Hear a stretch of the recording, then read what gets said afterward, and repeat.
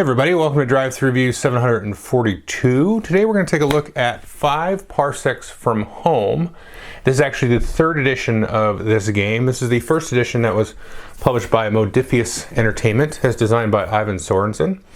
And this is a solo sci-fi skirmish game. So you're playing with miniatures on a table from like 2 foot by 2 foot to up to 3 foot by 3 foot area, so kind of a small footprint game. But like I said, it's a solo game. You take your warband on a variety of adventures, and this is, I would call it somewhat of a sort of procedurally generated style game, kind of a roguelike style game if you're familiar with those terms. But you take your warband through several adventures. You'll be flying to different planets, different worlds, getting wrapped up with different patrons who will give you kind of different scenarios and stuff that you can go on. So there might be, corporate entities or government entities. You might have rivals that try to hunt you down, sort of interrupt what your plans are. You might get like little side quests and things like that. You'll level your characters up and all that stuff. The characters will die and get injured and so on. So this is a book now published by Modiphius Entertainment, and it has a lot to it, but it's actually pretty straightforward and simple. So we're going to go down to the table here, and I played through 8 sort of campaign turns so far, and that is broken up by a lot of kind of pre-battle bookkeeping with a battle and then a little bit of post-battle bookkeeping, and then you kind of reset the cycle, go back into your next campaign turn, figure out what you're trying to do, get your bearings, and then eventually get to a battle, do some upkeeping, and then keep playing through several campaign turns. So let's jump down to the table. I'll give you an idea how it works, and I'll come back and tell you what I think. Okay, so here's the setup of the last game that I played on the 8th turn, 8th campaign turn. Just to kind of give you an idea, the rules do state that you want to fill up the terrain and keep it pretty, claustrophobic and clustered. Think of it like a Necromunda, a Stargrave, a Frostgrave. You want a lot of terrain, lots of line of sight blocking, little areas to kind of hide and find cover and sneak around and that kind of stuff. And the rules don't really specify an exact table size. Basically it says 2 by 2, 2.5 by 2.5, or 3 by 3. I found that actually the scenario that sort of the game generates for me will dictate to me how I think the table size should be and what terrain should go there. And this is very much in the vein of a role-playing game, a solo role-playing game, almost more than a skirmish tactical kind of game, although there is some good elements of that. But you kind of let the game drive some of your decision making, and you want to kind of lean into the story part of it, narrative part of it, do what kind of makes more thematic sense necessarily than thinking of it in a competitive sense. I just wanted to kind of give you that sort of takeaway here. I'll give you a little quick zoom in on my current warband here, and then we'll get into the book. So kind of depending on the size of game that you want to start with, you may have more or less models in your warband. The standard size is 6. I've now grown this to be 8 figures, 8 characters.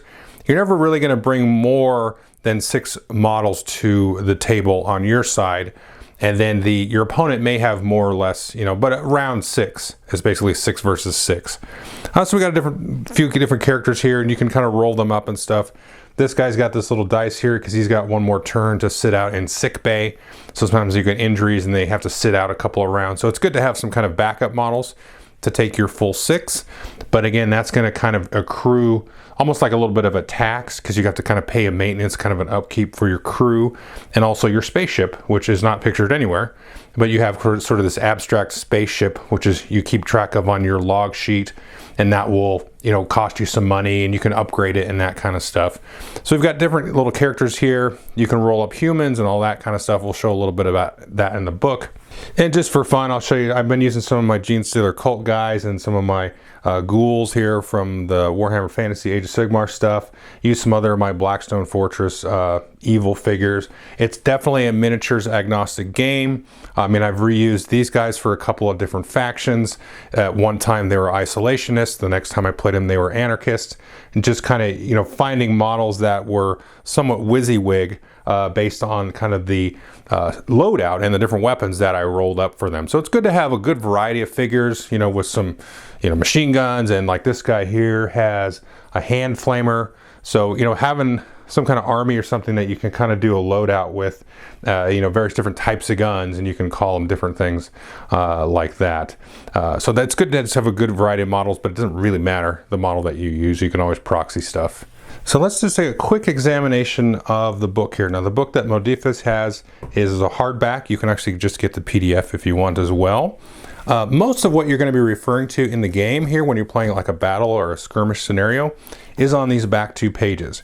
Have a quick kind of round breakdown of some of the different kind of phases and some of the different things like, you know, quick reminders on what you need to roll to hit during shooting and, you know, little things like that. And then it kind of a breakdown of the whole campaign turn. So there's some steps that you get to, and then you do the battle down here, which is referenced here, and some after battle stuff. And then a very nice weapon reference here, because you can roll up a whole variety of weapons. And this is pretty much everything you need to know. There's some keywords off to the side that at the beginning you might have to look up, but eventually you'll kind of understand what they do. So they show you the range of the weapon, how many dice you roll when you shoot, any modifiers to the damage bonus, that kind of thing over here. So that's very, very nice there. So what I'm going to do here is I'm going to just show you one cool thing about the book here. As you can see, these have color-coded sort of like little leaflet kind of things there at the top. So it makes it very easy to find. Like I can easily find here the battle events, because I'm going to go to the orange section there, and I know it's in the back of the orange section. So here we go in the battle round, and we're just going to jump right to here, and there we go. Here's the battle events, which is actually optional, but I recommend playing with. I have not played with them. I played with them every single time, and I find them very fun. So this is a neat thing here, because I want to go look up some weapon keywords here. I'm going to go to the blue section there, go to the blue section, and we got our weapons and gear. And if I need to like look up a keyword or something, here's a reprint of that table in the back. I can go and find it. So this is a really cool kind of thing.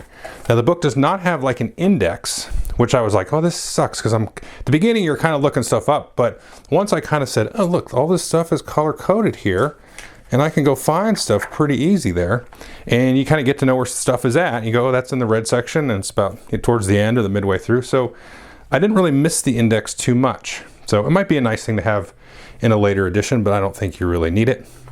Now most of the time, you're going to be doing the creation of the characters. You're going to mostly roll up human characters here, or you might roll up strange special characters or different alien characters. Now, I rolled everything up. Basically what I did is I rolled a character up, you roll a little bit of their loadout out and who they are, and then I went and dug up and found a model that was pretty dang close to that character. So this guy was there, and I made him my leader. Now you can, if you want, go and pick and choose. This part doesn't matter too much. But it does give you some kind of structured guidelines here, so you know like how many times to roll on a certain type of table, and you get their base stats and all that stuff. So here's some of the different sort of special aliens in here, and then we have some of the different special characters that are just sort of you know, kind of a little bit different. So one, for example, here is I rolled up a rookie character. Let's see if I can find that. Here we go. So this is the Hopeful Rookie, which is just a standard human with a couple of different little modifications and special abilities. And mostly what these have is they have kind of a pro and a con. So your generic human is kind of your standard kind of everyman type of thing, but some of these other ones here will have some other kind of bonuses, but also some little drawbacks and stuff like that. So that's kind of a neat way to do it. You roll that up to get going, and you get your crew going. And then what you're going to do is you're going to roll up your spaceship here. And so you roll up these different types of ships, and what's going to happen is you're going to start with some debt on that ship here. So you can see, let's say I rolled up a Warren freighter. My debt's going to be 1d6 plus 20 credits. It starts with 30 hull points. Some of these have the little special abilities, but they might be more or less in terms of their cost, you know, kind of to balance that out, because they might have a better hull point and stuff. And so your ship is going to be a little bit of kind of like a pre and post game thing. You don't really deal a lot with it, but when you travel from one planet to the next, which you definitely will do, this is going to come into play with how you deal with some of the events that happen when you move from planet to planet. And one thing that they do really neat here, which I really like, is in the back of each of these sections, because you might read like, you go, oh, okay, I roll up on this table and I do that and I add this, and then I'm going to modify my little sheet here, and it's like, oh, that's a lot of things. But then they give you an example of like, hey, I rolled this character up and then this is what they had. And they do this in every section of the book. So it's like, hey, at the end of the battle, you did this, but here's an example of how it might work. And you go, oh, that's really simple. I just follow that through and I got what I got, and then away we go. So it seems like a lot of, you know, crunching through tables and making sure you do the steps in the right order, but there's not really a lot to it in terms of the complexity. And we're going to talk a little bit here. This is a weird part. So there's some main rules here, which talks about the real basic parts of the game, like moving and shooting and fighting and damage and all this kind of stuff, and combat, and how to actually apply like the movement and stuff for the different or not the aliens, but the different, you know, opponents that you're going to be facing. And this is actually a really neat thing. So you can see here enemy movement, and they have aggressive, tactical, defensive, rampaging, and so on. So you can imagine the different types. If you run into some kind of like weird mutant sewer creature or something, that's going to probably behave aggressively or rampaging, whereas somebody else might be tactical or defensive. So these give you some kind of guidelines here. So this part of the rules is kind of up front here, and again, here's some weapons and gear, shows you some of the keywords, and then it jumps right into campaign preparation to help you set that up, and then up into the battle section here as far as the battle round goes. And this is a small little section here. So it's kind of weird because there's some rules here and some rules there, but it's not really too bad because you don't really ever refer to this part anymore once you play a game or two of it. It's just kind of an example up here that you refer to. So it's a little bit strange, but it kind of makes sense, a little bit off-putting at first. So there's some more details on the ships here in this section. And then we talk about the campaign preparation here. And there's a couple of key parts to this. So one thing you're going to do is select a crew size, and like I said, you probably want to have 6 characters here. And one of the reasons I sort of paused after the 8th game is I have erased this to obliteration. So if I do it again, I basically need to make a new sheet. So basically after about 8 full campaign turns, you might need to tabulate your sheet out there somewhere. But I started with these 6 characters on there, and then I added a couple of more through some different events. You can see up here, let's zoom in. So I've got my ship details over here. Basically, one of my characters is a mechanic, which is an effect that you can apply. You've got here like a stash, so you can have sort of a stash back in your ship of different equipment and stuff. And I've got 9 credits left. I've got 1 rival on this world. You can have patrons and stuff like that. Here's sort of a generic sort of crew log. I'm keeping track of my turns because there are these different sort of like victory conditions that you can play to. And there's quite a bit. I think there's like a dozen or so. And it's kind of the easiest one, which is the one I'm doing, is you just play through 20 campaign turns. And what that will do is unlock sort of an elite ability that you can then apply to a brand new crew. Although it's a little bit unclear if you just would keep playing with your same crew. I don't think you should. I think you should just play. I think it rules as intended. It's meant to be you play through 1 crew until you get to 1 victory condition, and what that does is it unlocks sort of an elite sort of starter bonus for your next crew to kind of get you going a little quicker, and then you pick a different victory condition because it tells you can't pick the same one again, but you kind of do what you want there. And then down here we got some different stats and different weapons and stuff like that. So we'll set all this up. And then when you get your character set up and your victory condition kind of chosen, you're going to roll up some story points. And you might have some extra bonuses and stuff that you got through the whole creation process. Now story points are a big part of the game. So here you can see the section on that. And what you can spend story points on is a few different things. Basically, they give you a reroll. They can give you some extra experience if you want to apply them. You can do that once per, again, campaign turn. So once kind of one big round. Give a character some extra experience to get some upgrade or level up thing. You can spend a story point to kind of do an extra sort of campaign action as your prep before your battle and stuff like that. So there's a few things that you can spend them on.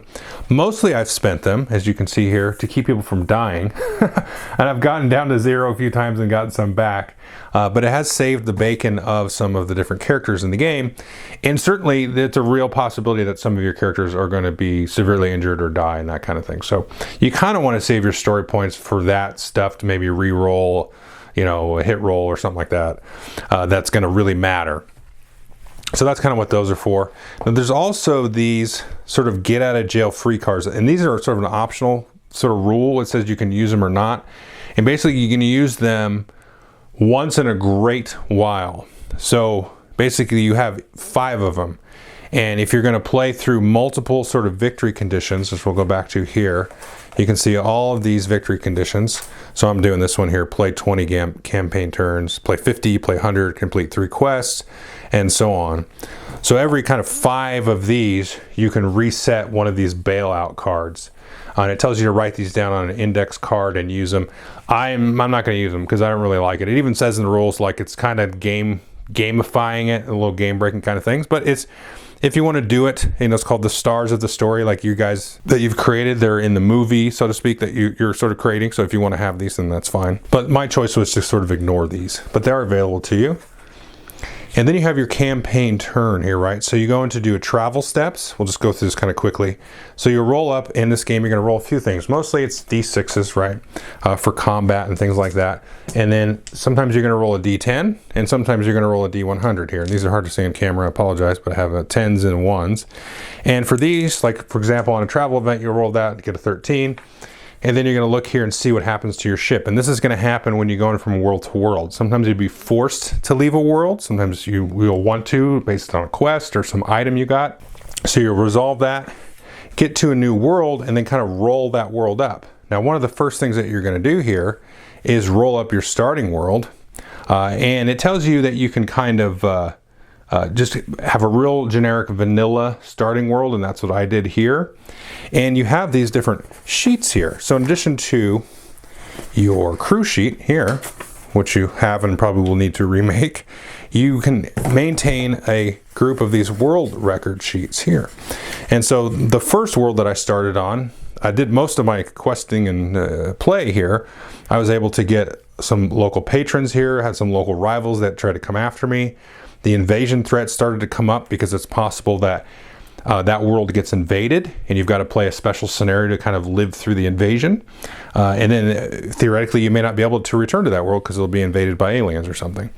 And I've got some other special notes that only apply to that world. So then I moved on to the next world here, which is Arc Mech. And it's kind of a sort of a mechanical world because I rolled up, you know, it's kind of got bot trainings is cheaper. I don't have any bots in my group, but I rolled this up as sort of a very mechanized, cityfied type of world where this precipice world was, you know, kind of like a wasteland outpost type of world. And then we moved on from there, and I had one called Bugoba because one of the traits I rolled was that there was always basically a 9-inch limit, a gloom or fog, on line of sight in every single combat. So any of your long-range shooters are going to be very diminished in Bugoba. So that kind of thing you roll up, and so they'll be more or less complex. Sometimes you might have to get like licenses to do jobs there and that kind of thing. It's not overwhelming, but you can kind of, you know, ease into that kind of thing as you wish. So I've visited 3 different worlds here so far, and I could return to these worlds if I wanted, because some of these items you get like a special trinket, for example, that belongs to somebody. You've got to go sort of explore and find the world to, you know, bring that to them and then maybe go back to your starting world, that kind of thing. So you're gonna roll that stuff up here whenever you travel to a new world, which is pretty fun. And then once you're at a world, if you haven't traveled or anything like that, you're gonna have some upkeep. So you gotta repair your ship, maintenance for the crew, gotta kind of pay your crew. Any medical care you can spend to kind of reduce, again, the amount of turns in sick pay here that a character might be in on your ship. And then you can send them out, the different figures in your warband, to do different sort of campaign actions. You can go try to recruit new people, go to the trading center, train them up, you know, repair broken items and all kinds of fun stuff.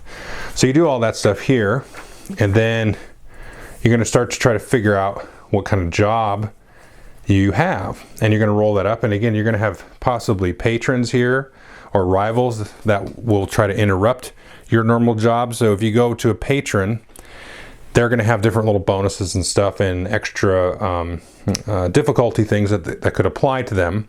If you don't do any of that, you can always do kind of a job of opportunity, which is sort of your generic job. But the patrons have maybe a little bit more risk, a little bit more reward. And then the rivals, you're going to do a check for rivals. You can see this down here. And if they interrupt you there, then you've got to kind of deal with them. But you can also, if you want, you can sort of target them and go after them to kind of remove them from your rival list. And based on the type of job that you do, whether it's a patron, a rival opportunity, or a quest job, then that's going to kind of dictate some of the scenarios that you run into. So after this, you're going to then ready for battle, right? So you're going to say, okay, what kind of job was it? A quest? So I'm going to roll up on here. So this is the possibility here. Are there any sort of deployment conditions for this thing? And then you're going to kind of roll into here. You're going to roll up some of these different bad guys like that. They may already have been rolled up. You know, if it was a rival, you already rolled them up so you know who they are. This gives you this different stats and stuff that you can fill out. And this allows you to enter in here this encounter log. Now, if I had an encounter log for each one of these, it'd be a waste of paper. So I just erased most of the time until it got kind of ridiculous. And then I would make a new one here. Or maybe if you had a special encounter, there might be a reason to keep these around. I haven't really seen a reason to do that.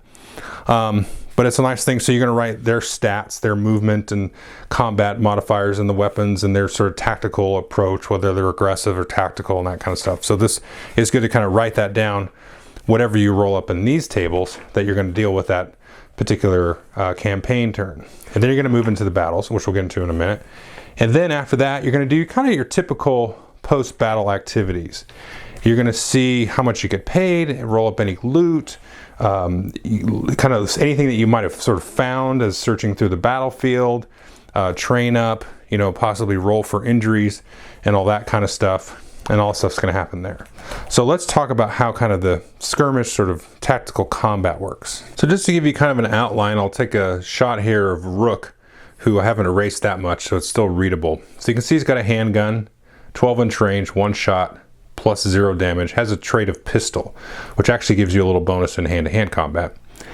And then you've also got a little note here, Hopeful Rookie, which basically meant for this guy is you kind of get an extra free experience every turn until he runs out of luck, and then you can no longer get the extra experience every turn, which is fine, but then you can also never get luck, and luck is what's going to kind of save your bacon in battle a little bit.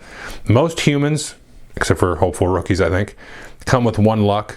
No, aliens don't come with any luck, and kind of the random weird, you know, classes that you rolled may or may not come with luck. So the gist of what you're going to do, you're going to deploy your figures on kind of one edge of the battlefield over here, and then the other figures might be deployed, you know, under that little container over there on the other side of the battlefield. And you'll get different scenarios to do different things, like controlling certain points, maybe getting your figures all the way across, or just wiping out all the figures. So there's different kind of sort of generic things that you'll roll up, like you'll have to secure something or move something. Maybe you've got some cargo or some item that you've got to carry to one side, or escape, or just, you know, annihilate the other side, different things like that. You'll roll that up and it'll tell you what to do. But the terrain, everything else, you just kind of make it up as you want and try to fill the table up as much as you want. Now, the first thing you're going to do in the game is you're going to try to roll to seize the initiative. And the way you do that is you're going to take your character with the highest savvy, you're going to roll 2d6, and if you get 10 or more, then all of your figures can pop off a shot that'll only hit on a 6, or they can move up to their movement. So you just do that once at the start of the game. And then from there, you're going to take and roll a d6 per figure that you have out. So we'll take and roll these here like this and see what we get. Okay, so this is not too bad. And what you're looking for are low numbers, basically. So you're looking for your character's reaction score. So if you remember here, our Rook here has a reaction of 2. And most characters start at 1. Some of them will start at 2, but that's something you can improve. So this isn't bad for me because in my warband, I currently do actually have 3 figures that have a 2. So if I had roll, let's say 2 2s and a 1, that would be even better, because then I can choose basically 3 characters as long as their reactions are equal to or lower than this, and they get to move first in the first phase of the round called the quick action phase. So maybe I'll activate, let's say, these 3 figures, let's say that. And then my opponent, the AI, will activate all of their figures, and then we'll come back and activate the last 3 figures that we rolled high. Now, when you activate with kind of the quick action, the low number at the start of the round, you can apply it and just basically put them into Snapfire mode or Overwatch mode. And so you put that there, and then if, you know, an enemy moves into their line of sight, then they can pop off a shot and they get to, you know, use the Snapfire, and then they're done. Now, if that doesn't happen, then you can go ahead and activate them after all the enemy models have activated. So you just kind of put them in Overwatch. If they don't get to do it, they get to act at the end of the round. So it's always roll your dice for each of your models, the low ones that are equal to or less than your activation, You activate them, and then the enemy goes, and then anybody that you have left goes. And very simply on your turn, you can move and then do an action. So let's say this character here, he can actually move quite a bit. He can actually move 7. So if I wanted, I can move him, let's say up to here, and then he can take a shot at somebody. But if I wanted to leave him alone, I could forego my move and do an aim action and then take a shot, which will just give me +1 to my shot. You can also, if you're not going to do any combat, you can add +2. So I can move as 7 and then an extra 2, 9, and that's called a dash. Okay, very simple. Now, if you have line of sight to an opponent there, of course you can shoot them. If you're in base-to-base contact, you can have a brawl, and you actually will both kind of roll, and the winner will theoretically do damage. Now, one thing to note, as you sort of get hit, you are going to get stuns.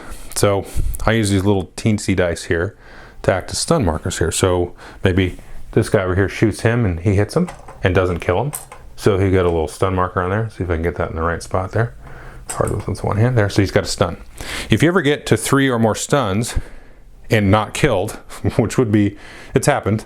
So he comes off the board as if he's been knocked out. But you will not roll for injury for him because he's just been stunned and knocked out of the game. Now you will, on your turn, when you activate this character, if you have any stun markers on you, you only get to do one thing. So you only get to do a move or do an action. After your turn, then you're going to reduce the stun markers by 1. So let's say there was 2 on here. I could, let's say, shoot, and then this would go down to 1. The next turn I could maybe move a little bit, and then this will just come off. So then he's back to doing 2 actions. So as they sort of get stun markers on them, which kind of reminds me of like a pin in the system of like the in some of the bolt action games, you kind of are you know under duress here, so you want to sort of maybe hide a little bit and then let those stun markers sort of come off if you can. So that's how the stun works there. Now let's just look at a little bit of an example of combat, and it's very easy just to show you the reference here. So here, when you're shooting somebody, line of sight, and to hit you roll 1d6 plus the character's combat skill, and if it's an open target within 6 inches, I mean it's right in front of your face, all you need is a 3+. You know. And if you have some combat skill, that's pretty easy to get. An open target within range of the weapon, so if you have a 24-inch weapon and they have complete line of sight to it, 5+. If it's covered at all in any range, then 6+. So if he's hiding a little bit, you need a 6+. So if you score a hit, then you're going to roll a die for damage. And then some weapons have a damage modifier. So if I roll this with a +1 damage on that gun, it would be a 3. And what you're going to look at then is the toughness, let's see here, of the target. So these guys are pretty easy.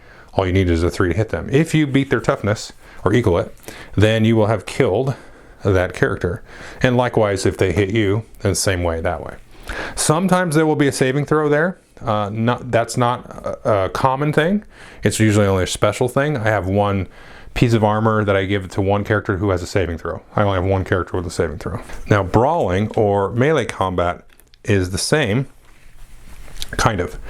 If you have 2 characters facing off, let's just use some different colored dice here.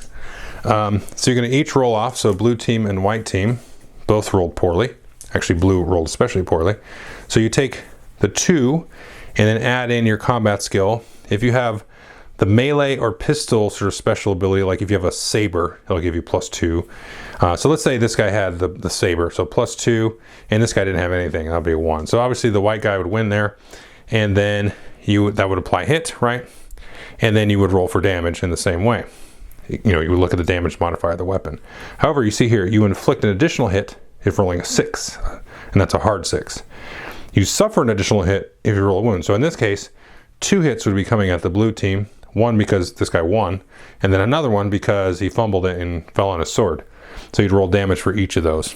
And that would be two stuns as well, because you get 1 stun for each hit. And that's it. You kind of go back and forth, and then whoever's left, or if you get the objective, then the combat will be over. And then just one thing here, the AI will actually test morale. Some of them have a panic range, and you kind of roll for that. And it could be 1 figure at a time, basically bailing out of the game. And that's pretty much everything to know about the game. I just want to mention one other thing before we go back to my talking head. When you roll up the sort of warband that you're going to be fighting against, it's mostly going to be made up of the same type of person, but kind of depending on the circumstances of the scenario, how many figures you're rolling up yourself, you may or may not have specialists and lieutenants, right, like that. So you want to have some kind of way to maybe mark those off. So a specialist, you'll typically will have some kind of special weapon, right, that the other folks don't have. A lieutenant is going to have kind of the same generic weapon as the rest of the team, but they're going to have basically +1 to their combat. Now, it's also possible to roll up a unique character, and some of the scenarios will sort of dictate the chances of this going way up or not.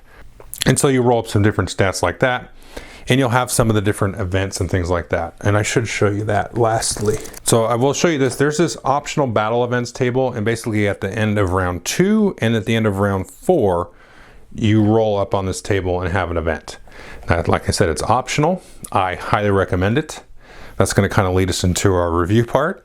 But basically that's it. That's at the end of round 2, at the end of round 4. And then it doesn't really matter the number of rounds. I've had battles go, gosh, pretty quick. I think 4 rounds is probably the quickest, although I could see a 3-rounder happening. And I've had some go like, 7. So sometimes it can go a little bit long, but that's okay. I mean, it doesn't take that long. But I definitely recommend doing this. Otherwise, you don't really need to keep track of what number round it is. Okay, so that's kind of a high-level overview of 5 Parsecs from home. Let's go through my 3 pillars of review, because I do want to talk a little bit about some of that. Now, player count, I've only played this solo, but there are rules for playing cooperatively. Basically, you just kind of pick and choose which characters you control versus another character. So you could play it with probably 3 players. Maybe each of you control 2, but some of them are going to die, theoretically. But you can recruit new ones and control those, and you work as a team, I would imagine. So I think it would be fine cooperatively, but I don't know if it would be that fun. Well, I'll talk more about that in a minute. But there are also rules for kind of running it as a DM, a dungeon master, and kind of using this as sort of a toolkit to set up kind of a story arc and use some of the generational stuff to drive a campaign. And there is something in the back which I did not play with, because I'll get to more of why in a minute, but it basically is like setting up a story track. So you kind of set up these little, almost like little landmines or whatever, like little things that are waiting to kind of trigger and explode certain sort of story tracks for you. So it kind of derives a little bit more structurally a narrative, and it gives you kind of an example sort of campaign to go through. And I think if you wanted to, you could sort of play through that. I think it's like 8 scenarios, about as many as I've played, and that you could go through, just kind of get your warband started, and then you can kind of go off from there. So if you weren't really so keen on kind of rolling things up procedurally, then you could do that. I think that would be kind of fun. But I really like the kind of procedural generation stuff here. So that kind of moves me to my last pillar, is like, what is this game like? Well, there's kind of 2 things I would sort of compare it to, and I'll kind of sort of tick and tack between those to kind of tell you what I really think of this game. And in a lot of ways, it reminds me of Rangers of Shadowdeep, which I reviewed a couple of years ago. It's a solo fantasy skirmish game, where you play your war band against an AI. And also reminds me a lot of the 1995 Warhammer Quest game, which is actually what kind of triggered me to reach out to the folks in Modiphius and pull the trigger on this, because honestly, I've had a few people sort of harass me in a nice way to check this game out. They're like, Joel, you got to try this game. You really got to try it. We know you like Rangers of Shadowdeep, yada, yada, yada. And then when I reviewed Warhammer Quest 1995, probably a couple of months ago now, they're like, oh, now you have to try it. Like, it's just ridiculous, because it's really, there's a lot of sort of that procedural sort of campaign type of thing where you kind of go and do your little dungeon crawl, or skirmish in this case, and then you roll up kind of your town events, your travel events, and that kind of thing. So it's really in that vibe. And I was gushing about Warhammer Quest, so they were like, now you have this ridiculous, you have no choice, you have to try this game. So yeah, so I did, and I do really enjoy it. Kind of not to bury the lead, but I do really, really enjoy this game. Now, the things that are interesting about it is, like I said at the beginning of the video, very procedurally driven, whereas something like Rangers of Shadowdeep, which is also actually published by Modiphius now, that one is more narratively structured. Like, it is like you're playing through a D&D campaign module, if you get some of the expansions and even the quests that come with the basic book. That's very much sort of designed to let you play through that. There is some, generational types of stuff with the deck of cards that you can use in that to generate events in different orders, so you can play through a scenario multiple times. Whereas this is not like that. And the way that I sort of look at this, and I hadn't really looked or thought about Warhammer Quest in this way until after playing this is like sort of retroactively telling the story. Because I found in some, basically kind of midway through the 8 plays that I did, I was kind of getting like a little bit lost. I was like, I don't know about this. It's kind of weird. But then kind of things just kind of fell into place in the line. And I'm like, oh, well, this is why all of these things happen. So I was kind of retconning the last couple of sessions in a way, but in a way that was really sort of satisfying, where it was like a mystery that we had sort of discovered as a group, as a war band, to sort of, see, okay, what are we doing here? Like, what's the whole point of this thing? And I really started to really enjoy that and get into that part of it, where it's like you might roll up something on one of these tables in some of the, pre or post game types of things. You're like, it doesn't really fit that much. But then it actually kind of does after a minute. And so I like this idea of this kind of retroactive thing where sort of the mechanics of the game really add to that. So for example, you have those little sheets that you write down the different worlds that you visited. And it's kind of cool because you're kind of coloring in the little universe or section of the galaxy that you're in, so to speak. And it's sort of, each of these planets starts to have a little bit of a character to it. And it has sort of these different aspects, like I showed you during the walkthrough, this precipice, which is sort of your, like a Tatooine kind of thing, and sort of an outpost. It's just ruffians and smugglers picking up jobs and that kind of thing. And that's kind of how I went into it. And then we found this sort of rundown, robotic mechanical world. And actually what happened in that case was the quest that we were on sort of ended up driving us to that. So we rolled up okay, you accrue these little quest rumors and stuff. So eventually you get rumors, and then once you get enough and sort of generate, okay, you triggered a quest.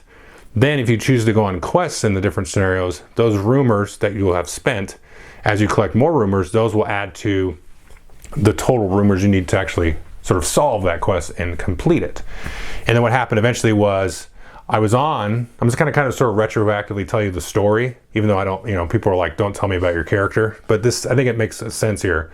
So we started off, as a war band, and we had to sort of pay off the debt of our ship. So that's what I focused on. I was like, having that ship debt is kind of a sort of an anchor on you. So we're kind of taking jobs and sort of finding people, to do work for. And then it just sort of worked out this way. So the people we had chosen to work for, that was generating rivals from, these other different factions, these other corporate or governmental types of interests. So the rivals are sort of harassing us there. And all along the way, we're kind of starting to get these quests. So eventually we paid off the ship debt, which is what I did. And I think that's probably a good idea to do at the start of your campaign. And then the quest basically led us to a point where we had to leave the planet. Okay, great. So we leave the planet, we go to another planet. We had to do a couple of quests there on that second planet and able to actually complete that quest. Well, so along the way, and this is pretty random, but it's cool. We've been finding these different trinkets that will sort of drive us to explore new worlds and stuff like that. So we found, I think, 3 trinkets and still haven't found anybody that they belong to. So we kind of moved along there, and now we want to explore a different world. And so we have these little things here. So now we're at the point where, the ship's paid off. We kind of did that initial quest there. And in the quests are like a little bit more risky too, especially as you get to the final quest, but the reward's a much better payout. And so now, like I said, we trained up one our engineer character. He's now a mechanic, which is going to help us with the travel. So each of the characters starts to take on sort of the life of their own. And that part of the game is just really cool, really well done, and it's perfect for a solo type of experience because you're just kind of sitting there telling yourself a little story, kind of just playing with your imagination a little bit. And that really works for me as a solo game, where I'm able to kind of just be by myself and sort of create this world, fill out these world sheets and adjust my characters. I don't really have a narrative kind of being shoved down my throat, and I don't want to loop Rangers of Shadow Deep into that because I don't think it does that. I really like that game. That's like one of my favorite games ever. But sometimes the board games and other of these miniature games, when they get it's like a real strict narrative, And it's like, nah, I don't want to tell that story. And I like that I can sort of adaptively tell the story, which is like playing, you know, a regular RPG with a group of folks, but you're doing it by yourself. And I like that I can kind of retroactively do that, kind of see what happens. And it's a nice kind of little space to kind of be alone in and tinker in. That really, really works very well for that. So if that sounds appealing to you at all, that kind of gist, I think it is a no-brainer to pick this book up because it's pretty cheap, and if you got a bunch of sci-fi minis laying around, you can proxy up whatever you want. The one thing that's a little bit weird, and another reason why I wouldn't want to really play it cooperatively or with a DM or something, is sometimes you'll set up, and I don't mind this, but I can totally see people minding this, where you kind of get a scenario rolled up, and then you're like, okay, well, what kind of terrain do I got here? I can set this up. And then the battle just goes down really fast, and it just is not really a lot to it. Well, at least it really doesn't seem like there's a lot to it. I've gotten more in tune and really kind of started to like a lot more the battle and the tactic stuff, which we'll talk about in a minute, but you can still get like a really kind of quick and abrupt thing. And it really reminds me, a lot of times in Necromunda you can do that, where you can set up a battle and you're like, oh, it's 20 minutes and it's over, and then we're going to spend 30 minutes doing bookkeeping. Like that exists here, although the 30 minutes of bookkeeping is not a thing. It's not that much bookkeeping. It's more kind of rolling up, you know, procedurally generated story events. So that I could see being frustrating for people. But again, as a solo experience, it's not that big a deal. If you have those kind of one-off things. And it wasn't like the majority of them, although it was, say I played 8 games of it, I'd probably say 3 of them were just kind of like a little anticlimactic in terms of the actual tactical gameplay stuff. Now, that being said, when the skirmish part goes off, like when it really starts to sing and everything fits together, it's really cool. And there's 2 main elements, I think, for that. One is that initiative kind of roll thing. So you've got your 6 characters, you roll your 6 dice. You can maybe not always, maybe you don't get to activate any characters that you get the low reaction numbers. So you can go, oh, I can activate, 2 or 3. So maybe I can get these guys in a pincer and then, get the jump on them, and then they're going to react back to me. So I better make that shot because I'm going to be kind of in their way. They can easily move up and shoot me if I don't take them out. That kind of thing. So that kind of initiative tactical thing, that's really cool. Feels very board gamey, where you've got you roll up your dice, kind of like a claustrophobia or something like that, where you roll the dice up, or like Relic Blade or something, where you have that little dice, Euro type of thing there. You got these like, hey, well, if I spend, maybe I got 2 activations in the quick action. I'm like, do I use my sniper here? He's got kind of a good shot. Do I kind of rush this guy up to get into melee? Like, what do I do with those early activations? That's a nice little decision space there. And then the whole stun thing, because you get the stun markers start to accrue, and they're kind of like little pin markers, like I mentioned with the bolt action. And some other war games have that, where you start to accrue pin markers, and that starts to really hamper you down. And you might just go out of the game if you get 3 or more. So you've got to really be careful with anybody that gets those little stun markers on them. And that's a cool dynamic as well. So that kind of like activation war kind of thing, that's a really neat thing. And so when that starts to happen in the skirmish, that's really cool. It's really fun. But, you can have it where it can be tricky, because I try to play the AI based on the sort of mentality sort of outlined here. But there's some wiggle room there where it's like, okay, well, this says to be aggressive and run up, but it's like, why wouldn't he just like move an inch less and take cover? So little things like that. So the rules even mention this, where you kind of want to sort of play the AI as if you think it should behave. But there's a weird tension there sometimes with like, well, I could just play this really hard on myself. But if you did that, you're definitely going to be really hard on yourself, because you can certainly have guys just get taken out. Like, it's not hard to do that. But if you play kid gloves, then it's not really that fun anyway. So that's kind of tricky. And I kind of think, to me, if you had to compare this to like Rangers of Shadow Deep, I think it works a little bit better there. It could be because it's a D20 too. So like, it doesn't really matter what you do, because the D20 is just going to hose you or not. But since this is a D6, I think you have to be maybe a little bit more careful with how you do that. But again, it's a solo game. So how that kind of rests with you is really going to be the gist of it. But again, I will say that you can have those sort of anticlimactic things, but I've also had some really great ones that worked out really well. So actually, kind of the soft part of the game is the skirmish tactical combat. All of that world generation and quest generation and sort of the interaction of all the characters in the world as you generate patrons and rivals and all that stuff. Everything kind of takes on a character and a life of its own. And the game really excels at that stuff. All right, so I think that's about it. So that's 5 Parsecs from Home. I do know they actually are coming out with a 5 something from the Borderlands or something like that. So it's like a fantasy version of this. So I'm super excited about that as well, to see how that kind of plays out. But I definitely recommend picking it up because it's a no-brainer. It's just a cheap little book. And if you got a bunch of science fiction miniatures, Necromunda miniatures or whatever, go for it. Super fun. Thanks.